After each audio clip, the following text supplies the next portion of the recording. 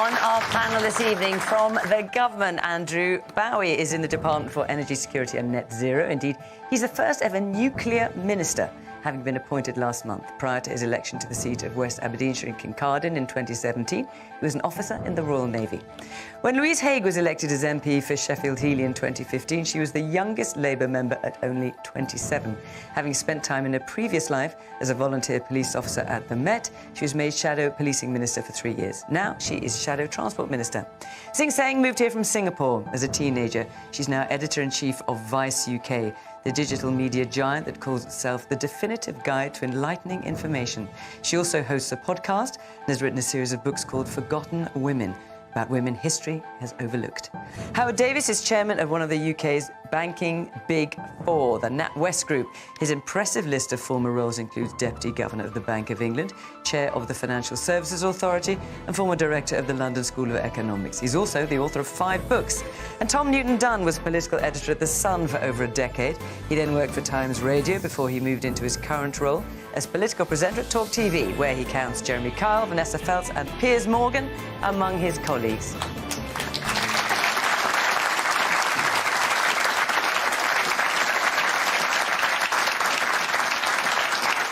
Good evening from Newcastle-under-Lyme. Welcome to our panel. Welcome to our audience here. Great to see you. And, of course, welcome to you at home. As always, we're on social media. We're also live on iPlayer at 8 o'clock and then after the 10 o'clock news on BBC One, as always. Good to see you. Let's get the programme started with our first question from Jean Mee. Hi. Is there any way back for Boris Johnson? Well, we saw a lot of Boris Johnson yesterday, didn't we, Jean? Were you watching? I wasn't actually, no. I was at a funeral, sorry. Well, I'm sorry to hear that. Andrew, is there any way back for Boris Johnson? Look, I think everybody was glued to their screens yesterday when the former Prime Minister appeared in front of the Privileges Committee. It is a proper parliamentary process, and as a member of the government, it would be improper for me to comment on what is an ongoing procedure. We should let the But that's not the question you're being asked. The question you're being asked is there any way back for Boris Johnson? You certainly have an opinion on that. Well, I don't think there's any need for Boris Johnson to come back. I think in Rishi Sunak we've got a very capable, competent Prime Minister who's delivering for the British people and focusing on their priorities. And I think, frankly, given all the drama that this country has gone through in the past few years, from COVID to the disputes within the government, I think the British people are quite pleased to see somebody of Rishi's stature in number 10 governing in the national interest. So, and you sound quite pleased that Boris Johnson may not be coming back then? I'm very pleased that Rishi Sunak is Prime Minister. Make of that what you will. Louise? Well, look, I mean, I think I understand and feel myself that in the teeth of a cost of living crisis, with the highest inflation in the G7, a war in Ukraine, and the biggest fall in living standards for the second year running, that people feel pretty weary that we're talking about Boris Johnson again and that he is dominating the headlines. But I think what the Privileges Committee is doing is important because it is examining whether he told the truth and whether he misled the House of Commons. And I think it's important that Parliament proves that it can uphold certain standards in the House of Commons, and that you, the British public, know that when you elect people to that place and to represent you on your behalf, that people speak the truth and can be held to account when they don't. And do you think Boris Johnson was speaking the truth yesterday? Having watched Boris Johnson and worked in the same place as him for many years, I feel it's difficult to know when he is telling the truth and when he isn't. I think his defence yesterday was incredible. And I think we know for a fact that he broke the law. The Metropolitan Police have issued him a fixed penalty notice for it.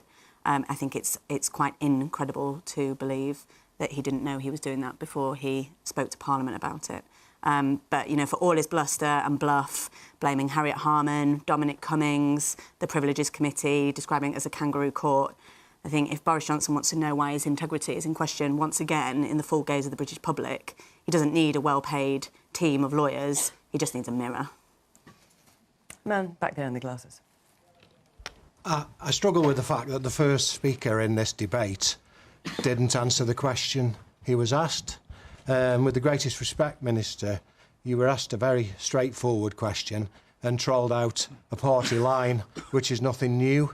The Boris Johnson hearing yesterday was disappointing, in my opinion, in the history of this great country and our democracy. And more, I find myself disappointed in the quality of the answers we receive from our politicians. I do believe that some of you are intelligent people, but I also believe... Only some. Yeah, only some. But I also believe that more and more you take us for idiots and mugs. And I would ask, in the run-up to a general election, that you all really consider the quality of the information you give to the voters.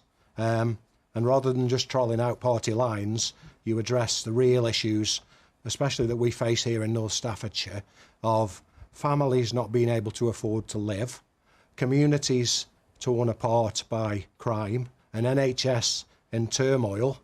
So forget about how pleased you are that Richie Sunak's in office and start thinking about doing what you're there to do. All right. Please. Well, the gentleman there saying you didn't answer the question. I have to say I agree with him. Do you want to have another go? Is there any way back for Boris Johnson? That is the question. It's precisely because we need to be focusing on the issues that you've raised that I'm very pleased that Rishi is in government. He's still not answering the question, Andrew. Is there any way back for Boris Johnson? Of the British people. That's a question that doesn't need to be asked because we have. Well, hang on. Wait a minute. You're on Question Time. With the greatest respect, you're on Question Time. That is the question that was asked by Jean. Is there any way back for Boris Johnson? What do you think?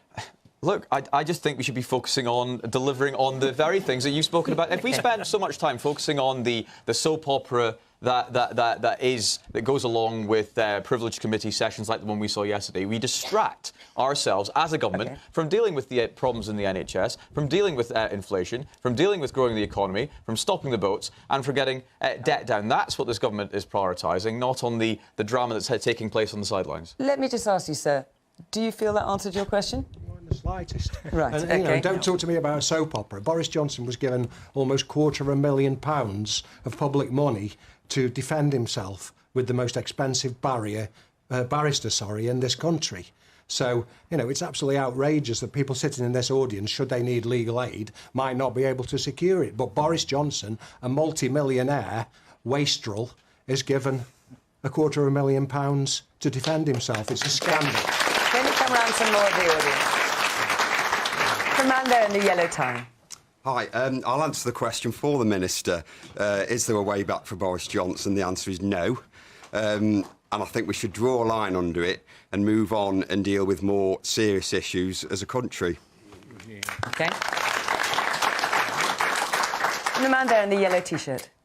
The question is, why has it taken this long to investigate the Portgate scandal, considering the timing of it and the seriousness of the allegations at a time when everyone else couldn't see their loved ones in hospital, dying, and yet they had this party. But yeah, it's taken, nearly 2 years later, something like that, to investigate the whole scandal allegations. It's just baffling. OK.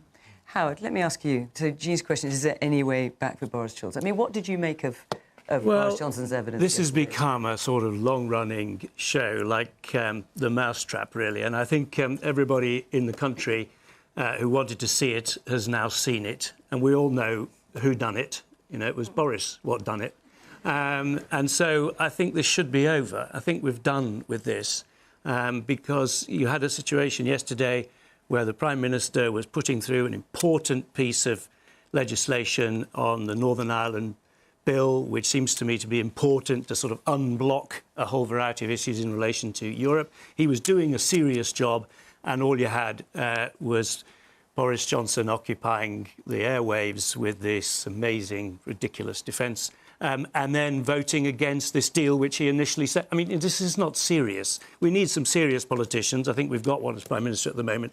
But, we shouldn't be distracted by this. This soap opera is a good way of putting it. I don't think it's a soap opera. I think it feels like a soap opera to some people. And yes, there are definitely comedic, clownic elements to Boris Johnson's persona. But I mean, really, like Louise said, this is about truth and trust in politics, right? It's about, can you trust politicians in power? Do you believe them when they say you should be doing certain things? And when the next crisis comes along, will you follow what they say because you fundamentally believe they're telling the truth? And that's why I think the Privileges Committee is important, because finally Boris Johnson is being held to account. And if you look at the way he performed yesterday, I mean, he looked like a sullen schoolchild being hauled up in front of the Eton headmaster. He was irascible, he was grumpy, he was downright losing his temper at some points. It's the attitude of a man who's never been made to answer for anything in his life. And for once, he's finally being held accountable. And I think that to describe it as a soap opera and to say, let's draw a line, let's finish it, we don't need to think about it anymore, I think that does a great disservice, because there are so many people who spent the pandemic not being able to see their loved ones, having to say goodbye to them on Zoom, postponing weddings, graduations, memorials, funerals. Those people deserve to see someone being held accountable for the things that they said and didn't say during the pandemic. And I think, to be honest, this Privileges Committee is probably as good as it's going to get. OK. So, Tom, I mean, the question is there a way back for Boris Johnson? And Boris Johnson at one point was described as the Heineken politician. He reached parts others couldn't reach. He got an 8-seat majority. He was twice elected as London mayor.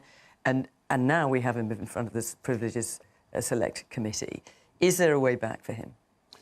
So the thing about Boris Johnson is, pretty political journalists that exist have written him off. I think I personally written him off 3 times. Then he became Prime Minister with an 80-seat majority. So although I really don't think he's ever going to be Prime Minister ever again, I would never say never about anything in British politics other than Boris Johnson, because he has this weird way of bouncing back. That said, there was a really interesting poll out this evening on whether the British public thought that he had misled Parliament, which is why he's in front of the Privileges Committee. 66% said yes, they think he did. And do you know what? The same question was asked on Monday. 66% said the same thing. It feels to me that the public have made up their mind on Boris Johnson.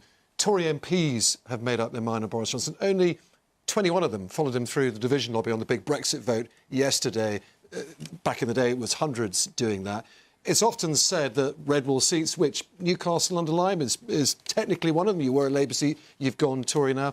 His great support is here in the red wall. And you're the presenter, Fiona, but we could do a quick straw poll to see how many of the audience think Boris Johnson could come back. Let's just think about this for a minute. I mean, we can do a poll. It's not scientific. I want to emphasise that. There are more people in this audience, because this is the way the Question Time audiences are constructed, if you like. There are more people in this audience who voted for Boris Johnson, for the Conservative Party, than for any other single party here. So let's have a show of hands, shall we? Who believes Boris Johnson was telling the truth yesterday? Wow. OK. Wow. Who believes there is a way back for Boris Johnson now? Right, one hand. So let's hear from you. It's like them saucepans, isn't he? Nothing sticks to him, so he's probably going to come back anyway. I mean, Howard, it's interesting in terms of a unanimous vote here. As I say, it's not scientific. I don't want to overstate the importance of this, but it's pretty telling nonetheless, given the makeup of this audience, that no one believes he was telling the truth yesterday. Now, you had experience of working with Boris Johnson. Does that surprise you? Yes, no, it doesn't surprise me, I'm afraid. I mean, I did, and we had a difficult relationship, which I would acknowledge, because we're doing some work on airports, and my conclusion, my commission that I chaired, was that we should expand Heathrow when further expansion was needed. And Boris Johnson wanted an island in the Thames. This was Boris Island, if you remember. So we weren't going to agree. But that's one thing. We can disagree. But the alarming thing was that, you would go and see him and tell him something, and then the next day you're listening to him on the radio, and he's telling the radio listeners that you told him something else, something completely different. It's quite alarming, actually, when it happens to you personally. So I do find it, I think Cheng is absolutely right that this is serious and we need to know the answer to it, because it is rather concerning when it happens to you personally. I didn't like it one bit. OK, let me hear a bit more from our audience. Yes, the person over there, I can't see what cut up with the blonde hair. I think it's quite a shame we're still talking about Boris Johnson at this point, because Parliament isn't built on the banks of the Thames, it's built on the trust of the people. And with the amount Boris being in the news for scandals, Partygate, the appointing the chairman of the BBC, people are not just losing faith in Boris or the Conservative Party, but they're losing faith in ministers in general. Like the fact that earlier we had someone laughing about a somewhat scripted response from Minister over there. It's a shame that that's how it's got, and now politics is no longer a serious serious topic which controls how this country is headed, it's become more of a joke in the eyes of too many people. OK. The man here in the front with purple tie, yes. Well, just a quick answer to the question, did I vote for Boris Johnson? No. I actually voted to keep Jeremy Corbyn out. And that's the only reason I voted for the Tory party. And the other quick thing to the gentleman there, I'm terrible with names. If you can't answer a question, there's a very simple answer in the North. Keep your gob shut. Would you like to come back to that, Andrew? Or would you just like to keep your gob shut?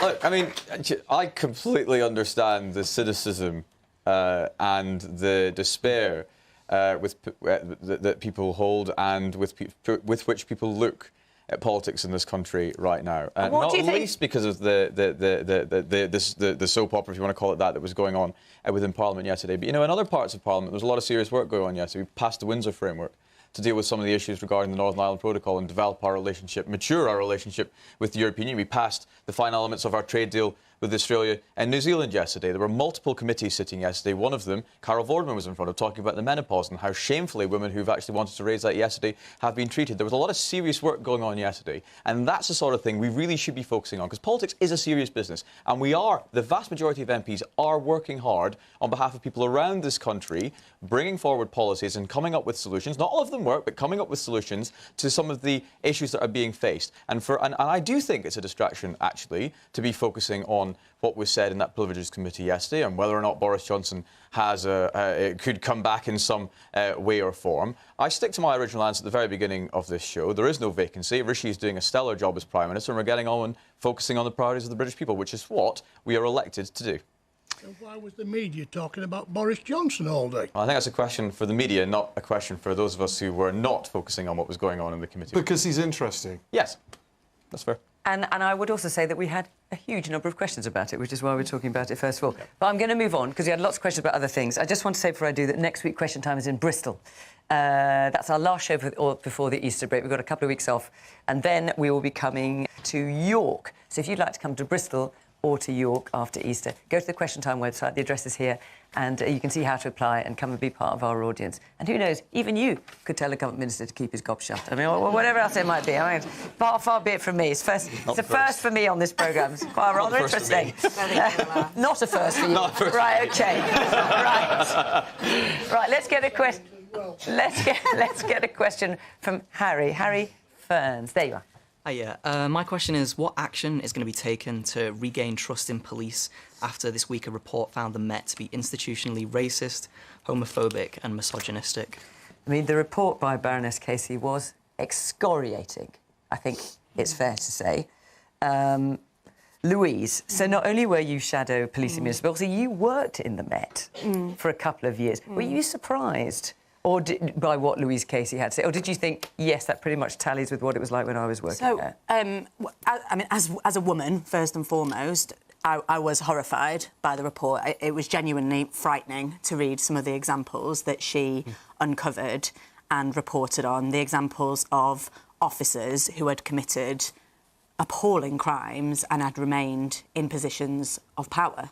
The examples of rape samples, of samples that were due to be used in rape trials, stuffed in overstuffed, dilapidated fridges that were allowed to degrade and then couldn't be used in those trials, so rapists walked free. That demonstrated the deprioritisation and the complete lack of interest, frankly, that the Met put in uncovering and convicting rapists and the way that they treated sexual offences. But as a former special constable, and I was a volunteer police officer in the run-up to the Olympics in 2012... Was it for a couple of years, I think? Yeah, just less than 3 years. I wasn't surprised at some of the culture and the attitudes that she found. I, on a fairly regular basis, would see pretty outdated and discriminatory attitudes expressed, which I would challenge and report up, but would go relatively unchecked. And to suggest that this is an issue that just is uniquely applicable to the Met is certainly not true. I think this absolutely has to act as a wake-up call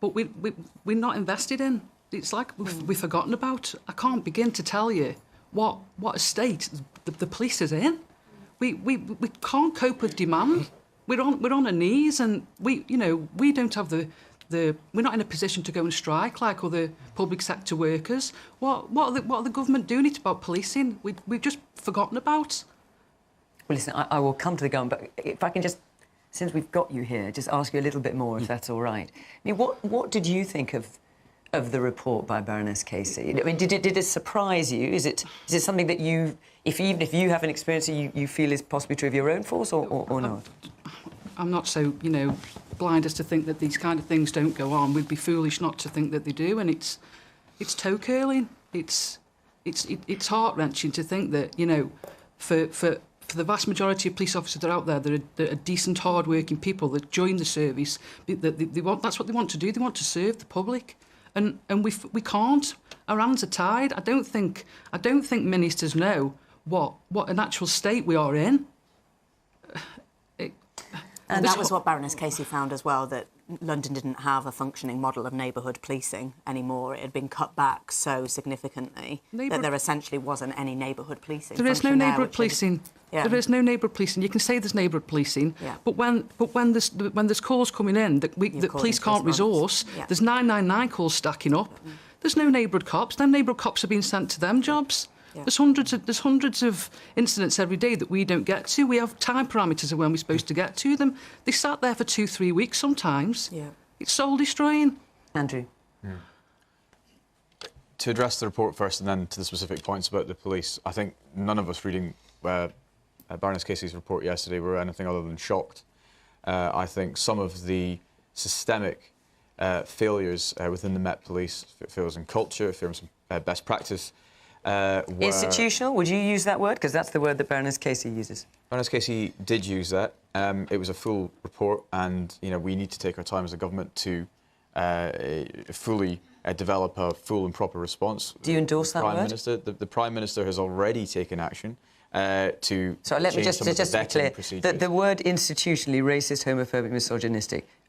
Do you back that?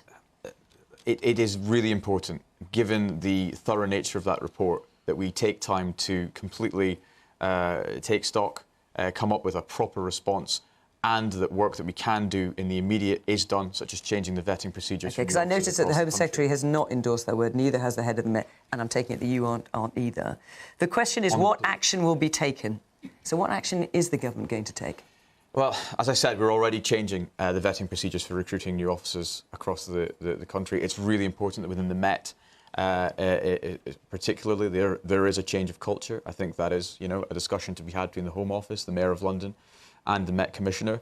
I know how seriously all three of those individuals take the report, and I know that they'll be taking forward responses to that in the immediate future. Regarding functioning and support and financing of policing across the country, there were decisions taken between 2010 and 2015 as a result of the financial crisis that did see police numbers drop in this country. That's accepted. That is why in the past few years we've recruited 20,000 new police officers, 300 more in Staffordshire here. I know that people feel we could do more, and we need to have more of a presence of neighbourhood policing on the streets to make people feel safe. It should be noted that crime has gone down by 50% across the country. That's not actually in any small part down to the huge work that you and your colleagues have been doing. And I think before you move on, Fiona, I think we should pay tribute to the vast majority of police officers who go to work day in, day out to protect people in this country in the very best traditions of the police service.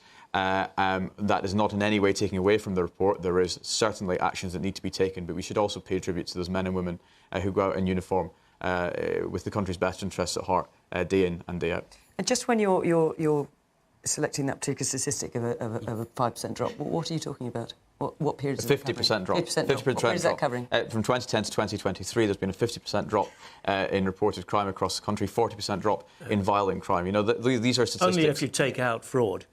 Because recorded crime in England and Wales hit a 20-year high in 2022. You're taking out fraud, which I seem to remember the former Chancellor Kwasi Kwarteng also did. Fraud is clearly a crime as well. Yeah, fraud is clearly a crime. But the fact is that, as I said, reported crime is down 50%, violent crime down 40%. If you exclude fraud. And we are employing 20,000 more police officers across the United Kingdom as we speak. Clear-up rates are at record lows. Prosecution rates are down to 5% of all recorded crimes.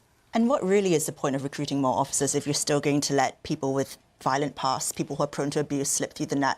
And what are you doing to actually weed out people like that from the force who are currently serving? Well, these are the changes to the vetting procedures. These are the changes to the vetting procedures that the Prime Minister has already begun work on implementing across the country. It's essential that people that we have seen in the very recent past serving within the Met Police and other police forces across the country who should not have been put in the position of trust and authority that they were, wearing that uniform that so many wear with pride and do so well. These people should not be allowed to find their way into those ranks, and these are the changes that are being enacted as we speak. Seeing I'm going to come back to you. I hear a bit more from our audience, and I'd like to hear from you as well. Yes, the woman back there with the glasses. You see yes, there you are. Yes, we do have some great police officers, but... And I accept the report, and I accept that something should have happened on the original report 20, 30 years ago. My key issue was that what are you doing when things go wrong? What are the police force doing when things go wrong? They're self-regulating, and I really do not have any faith in their self-regulation. Can we not see some form of better regulation of the police when things go wrong and when they themselves are accused of criminal deeds? All right. Yes, the one further back, also with glasses. Examples start at the top, which is government. You've got Dominic Raab under investigation for bad behaviour in his role. For bullying. How many Conservative ministers have had to resign within the last 12 months or 24 months because of their behaviour? It starts at the top. How can you expect other public services to act properly when government aren't setting good examples? OK, I'll let you come back on that, but let me get round the rest of the panel. I mean, this is what it all comes down to, right? And, you know, the previous person said, what are people doing how can people regain trust in policing? And your question also relates to trust, right? How can you trust the government is behaving in ways that set an example for institutions like the Met Police? And the sad answer is that in many ways, people in government, those in power, get away with far too much. In many ways, the Met Police were allowed to get away with terrible things. We go back to that question about, you know, are they able to self-regulate themselves? No, they're not. I mean, you just need to look at the police force that David Carrick was part of, right? When David Carrick was hauled up and arrested and charged with rape, he was still a serving police officer, and they just let him continue being part of the force. If you were part of any other company, the police came knocking on your door to charge you with a sexual crime, you can bet your bottom dollar that your company would say goodbye. Why should the police be any different? Tom.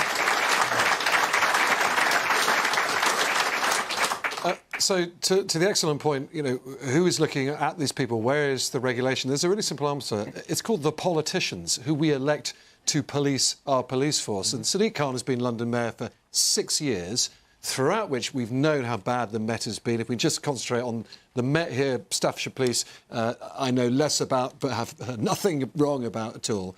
The Staffordshire Police are in special measures. In which case, I've just learned something. There you go. The government's been in charge for 13 years, and they have known about the problems in the Met. The Met's problems go back to the Macpherson report 24 years ago. And I tell you, the most disturbing thing I heard all week about this, in light of the Casey inquiry, it was something that Theresa May, former Home Secretary and Prime Minister, said to a couple of Conservative MPs in the House of Parliament earlier this week, when they asked her, well, why didn't you reform the Met? You knew how bad it was when you were Home Secretary. And she said this, and I'm just reporting what they said to me. It wasn't a battle I could win.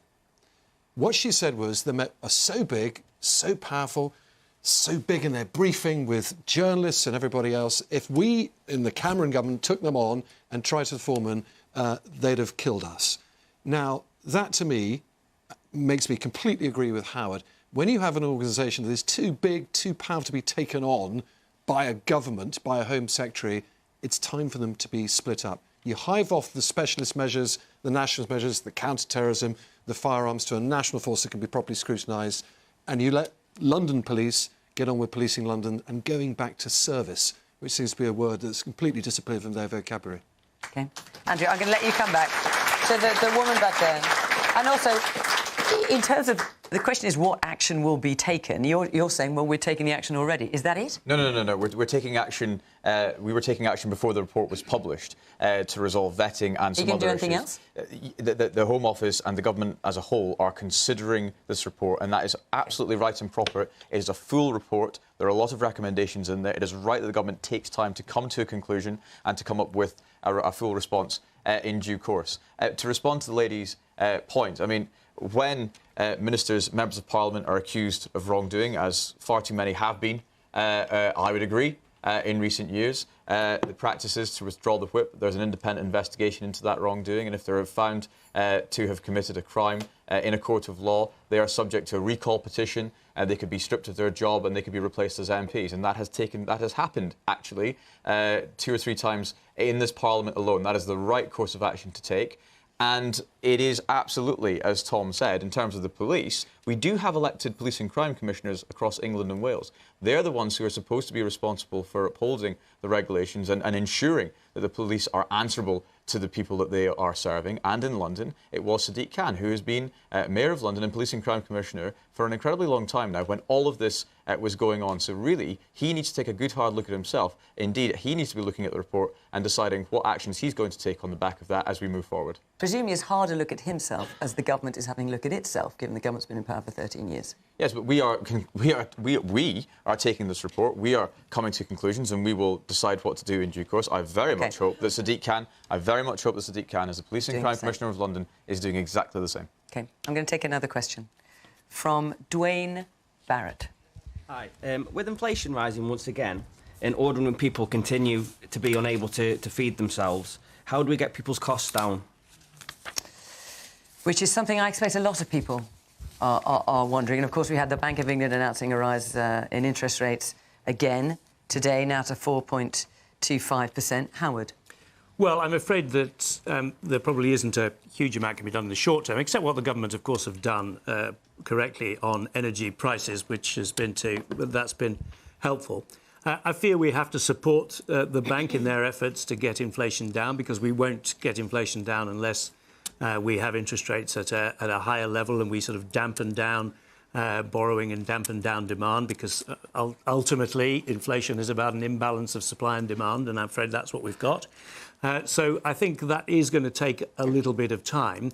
But and Howard, when it comes to food prices, for example, which has been one of the things that has driven this unexpected spike in inflation, are people just supposed to wait? Just put up with it? There's nothing that can be done? You just have to wait for inflation eventually to come down? No, I mean, people obviously will have to rebalance their spending to some extent. Now, admittedly, for people on very low incomes, that is very difficult, because food is a large proportion of their budgets, and therefore the benefit system will have to take the strain for the people on the lowest incomes. So there's no two ways about that. But for other people, I'm afraid, there will be a squeeze on discretionary spending. That's what it means, having inflation running at 10.4% and wages increasing on average at about 6%, and pensions, of course, increasing rather less in the private sector, though the state pension's going up by a bit more. So there will be a living standard squeeze, and I fear a worse one than other countries are facing. And that part of that is to do with the sort of political turmoil we've had, and the pound falling post-Brexit, and the whole variety of issues have got us into a worse box than other people. But I'm afraid it's going to be a painful year, and I think anyone who tells you it's not is not telling you the truth. I mean, I think the key thing here is that if you put aside all the kind of financial jargon and percentages and things like that, what you're actually saying is that the cost of everything is outstripping people's everyday wages, right? Things are more expensive in shops. Your paycheck doesn't cover the cost of living. And that's not just because of what's happening in Ukraine or Russia or, the Federal Reserve or interest rates going up. It's because wages have stagnated for years. Since 2008, people in the UK have been worse off by £11,000 a year. And that isn't going to change anytime soon. And for the longest time, you know, we talk about a potential recession, a crisis. For the longest time, there have been families in the UK who have been in crisis for years because a decade or so of austerity, of cuts to social services, of cuts to welfare have meant that they've already had to make really tough choices about the kind of food they can put on the table and about their quality of life. So when you have even the government's own agency, the OBR, saying that we're going to experience the biggest drop in living standards since the 1950s, even after the budget comes out, I mean, that to me tells you that the problem is about as intractable as it comes. You know, it's not just about the current political climate. It's also about economics, and it is also about political decisions that were made years and years ago. OK. There's a lot of hands up. Let's hear from some of you. Is the woman there in the black top? Yes. Yes, you. You've got the government telling us NHS workers to accept this pay offer, and yet we're hearing about the cost of it. And I think your union suggested that you accepted. Yeah, but how are we supposed to survive when you've got this going on? We've got nurses going to food banks. I've got people that are at the top end of the wages that are saying they can't survive on the pay offer. People at the lowest are also squeezed as well. We're told that we go to university, we work our way up and you'll get rewarded, but it's just not happening. So how do we survive? And what changes have you had to make with the I've had to swap to cheaper supermarkets. I have to travel to a community store, and that takes about an hour and 45 minutes to go there and back. I've had to go second-hand shops. We're terrified the rent's going to go up. I'm paying extra for fuel to go see people. My husband, very good job. He's absolutely terrified of anything else going up. Every month he's asking for more and more. I just haven't got it. And can I ask you, what do you do in the NHS? I work in the community with patients. OK. Well, thank you. Yes, the woman there with the red hair and the black glasses. I run a local charity in the area, and I see firsthand people that come to use my food bank and my social supermarket. You spoke about discretionary spending. There are many, many people that do not have discretionary money to pull back on. There's nothing more that they can pull back on other than food. That's the only thing. We supply emergency food parcels. Last year, an emergency food parcel for 4 days was costing us, we bought it from the supermarkets, £7.80. That now costs us £14. It has nearly doubled. People cannot pull back on anything. There is nothing to pull back on. So the fact that inflation is raised again, what are people supposed to do? It's a joke. OK. And the woman, yes, a bit further along with the... Yes, with the pink scarf and the... Me? Yes. I just want to kind of say that obviously people can't afford to save anymore. They are, like this lady's just said, already kind of on, you know, got no money left before, and also how that's going to impact on people's long-term health and how we're going to need more health services because they haven't been eating right and haven't had a good standard of life. So, you know, we're not doing the future any good now by not giving people the resources they need to eat properly. So what would you like to see the government do? I would like them to give people more food vouchers. I don't think necessarily need the money. They need the food vouchers because that's a really important thing, that people have a good diet. So give people that money to help them. You know, those people, like that lady said, have already got nothing. So they need something now. You know, they've got nothing to crawl back on. They were already doing that before. I would also add to that rent freezes. You know, if not a rent freeze, make it harder for landlords to pass on the increasing cost of their mortgage repayments onto their tenants. You know, there needs to be tighter regulation of the housing market so people don't live in fear of being evicted if the rent suddenly goes up by 150%, which is what's, you know, currently happening in places like London. So if you just took away the amount of rent that people had to pay out of their paycheck, that would go quite a long way towards covering the rest of the month. Tom? Your point about the cost of food, I think is absolutely spot on. It's horrific. So the inflation figures yesterday, tragically, we're on the way back up now, up 10.1 to 10.4% yesterday. That's a worry for everybody. Food was the single biggest gainer, 18% up year on year. A jar of Nescafe instant coffee costs £8 now. It is terrifying.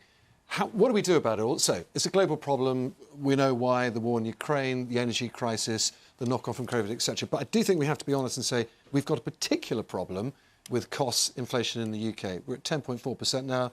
Europe's about 8.5%. The US down to 6%. They're both dropping. So, what is so bad about us? And I think there's a number of answers, which I won't give you an economist essay on, but very briefly. We've got a particular supply chain bottleneck because we're an island. We pay a massive amount of tax. 37.7% of GDP now is our tax burden, the highest since the Second World War. Getting people's tax down could help. But let's open the Brexit can just a tiny bit, shall we? Brexit has not worked yet. If we got Brexit to work a little bit better, we could get food in cheaper, and then costs of food would go down a little bit. OK. Andrew?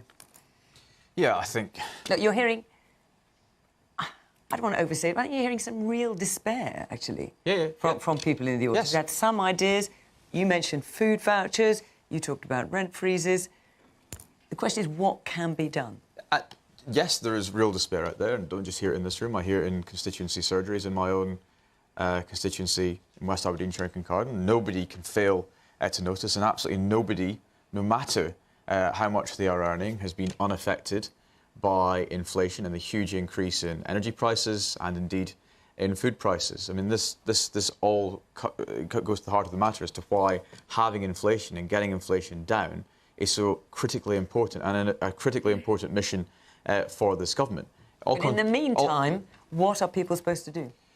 I mean, the government has taken huge steps to support people, paying half of everybody's energy bills through the winter, plus £90 billion committed in the last budget to support people who are really struggling in this country. The problem with food, it all comes back to the cost of production. And Tom's absolutely right. We are in a unique circumstance as an island. We import a lot of our food into this country. We need to drive down the cost of production. That means getting energy prices, heading south. I do think that we need to make Brexit work for the United Kingdom. I do think we need to do what we can to smooth the import-export journey into this country. In fact, this government is developing plans right now to do just that.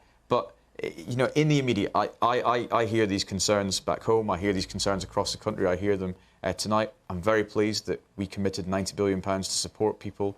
I'm very pleased that we're extending the energy price guarantee through to July. The AOBR forecast is that inflation will come down incredibly quickly as we proceed through the year. I really hope that is the case, and energy bills are forecast to come down as well. All of that will go towards supporting people in this country who I know are suffering at the minute. Louise, the question is, how do we get people's costs down? We all know what the problem is. Everyone's experiencing it. How do we get people's costs down?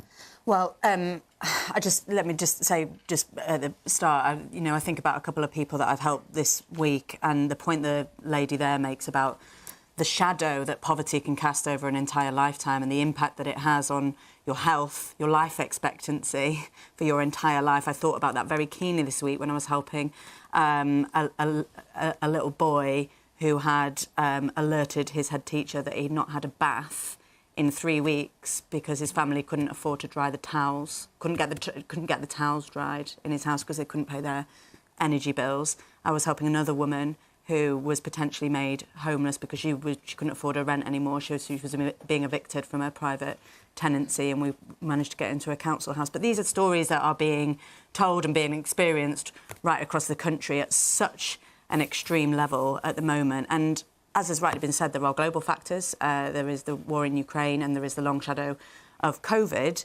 But there are also explicit British factors here, not least the fact that the Tory government last year consciously crashed the economy by attempting to force through tax cuts for the very rich.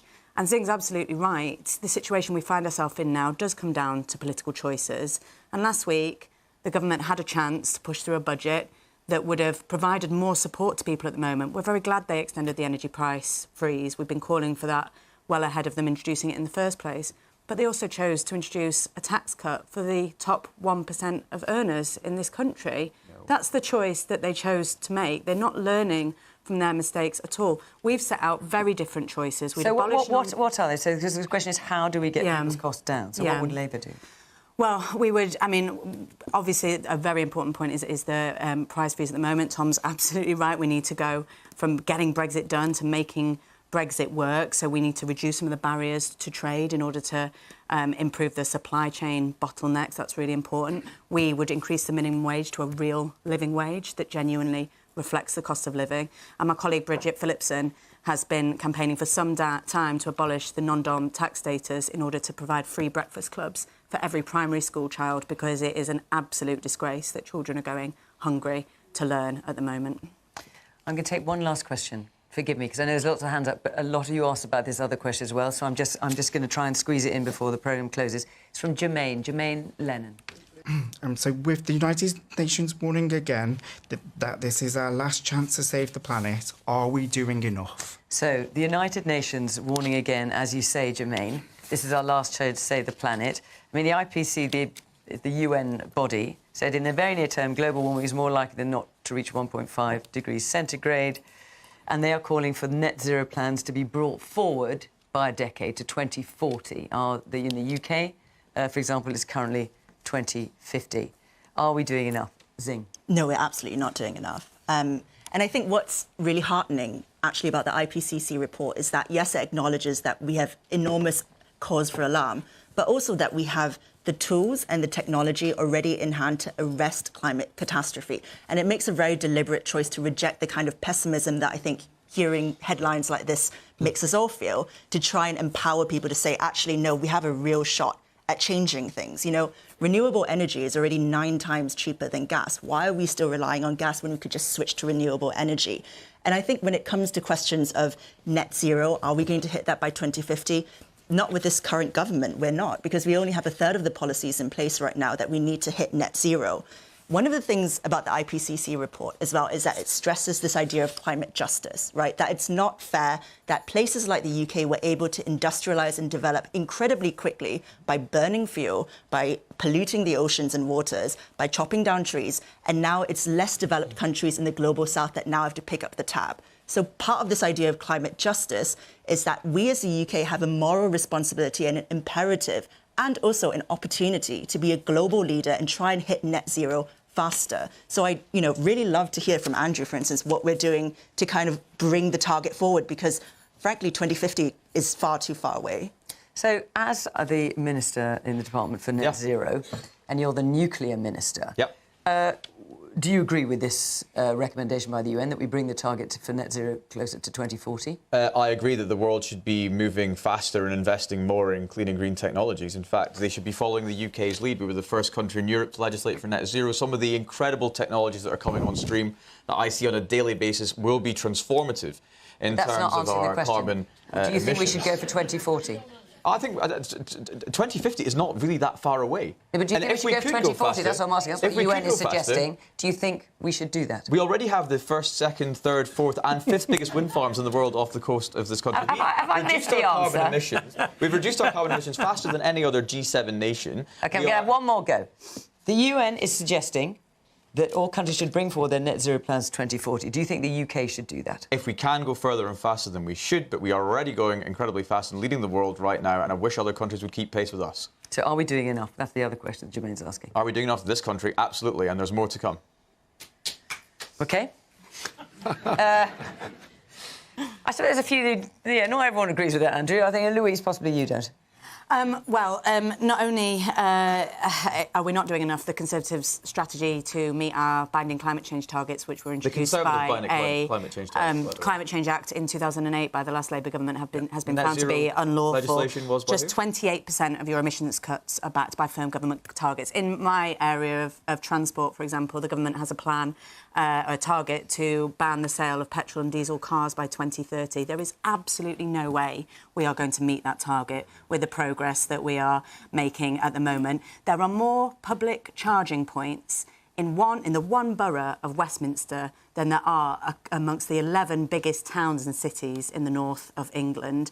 The disparity of access to be able to move to an electric vehicle is so enormous. It's so out of reach for so many people. And in areas like the West Midlands, where our automotive industry is the jewel in our crown of our manufacturing sector, the government is doing nowhere near enough to support that manufacturing sector to move to EV transition as well. That's why JLR is thinking about moving its gigafactory plans to Spain. It's why BMW were talking about moving the electric Mini production overseas as well. So the government needs to be doing much more to help consumers, but also to help industry, because, as Zing says, it's also a massive opportunity. Some country will win the race for these green, well-paid, high-skilled jobs of the future, and there's absolutely no reason it shouldn't be Britain. It's going to be Britain. Howard, yeah. Are we doing enough? No. The government's rhetoric is quite good. Because Andrew thinks the government's doing absolutely fine and no, dandy. he doesn't. He says they're doing enough, but should do more.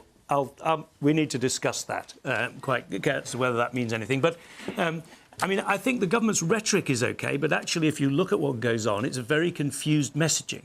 Because on the one hand, you have commitments to phase out sale of cars by 2030, but no progress actually to doing it.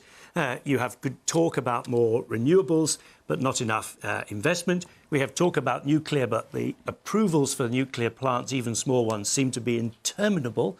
The government then freezes duty on fuel oils. I mean, how do we reconcile that with the policy? And then the government cuts air passenger duty, which will save a lot of money for Premier League football clubs flying their players for 20 minutes around the country, as far as I can see. So the messaging is all wrong, and we are confused, and we do not have a national strategy. And it's frustrating in the business community because, actually, I don't think there is that much difference between Labour and Conservatives. I mean, they'll say there is, but I don't think fundamentally there is, and therefore should be possible to have a national strategy.